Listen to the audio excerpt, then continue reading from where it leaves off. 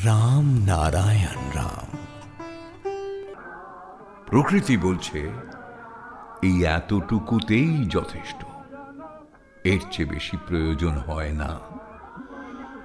মন বলছে তুমি আমাকে যেথায় যেভাবে খাটাবে আমি সেইভাবে খেটেই তোমায় সুফল দান করব, কিন্তু আমাকে আমার খোরাকটা ঠিক মতো দিও। আমাকে সারাদিন কুলির মতো খাটাও, ক্ষতি নেই, আমি খাটতে রাজি আছি, কারণ আমি মাঝি মাল্লা কামলা। কিন্তু আমার যে খোরাকটা, খাদ্যটা, তা ঠিক মতন দেবে তো? খাটিয়ে খুটিয়ে দুখানা বেত মেরে পাঠিয়ে দিলে তাতে লাভটা কি হলো? সারাদিন ধরে যে পরিশ্রম করালে, পরিশ্রম করে আমি খুশি হয়েছি, তারপর বললে নে তোর জামা খোল, নিয়ে আয় তো বেত। 10খানা বেতের বাড়ি মেরে হুকুম হলো যাও, বাড়ি চলে যাও। এতে লাভটা কি হলো? বেটা সারাদিন খাটলো, শেষে 10 ঘা বেত খেয়ে চললো, কোনো লাভই হলো না।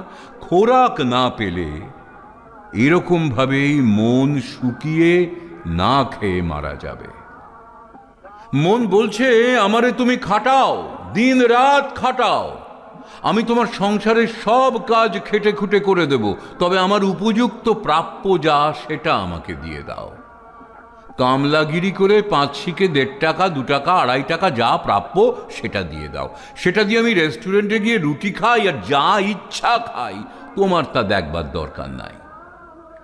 মনের উপযুক্ত যা দাম, যা দেওয়া দরকার তা দিয়ে দাও।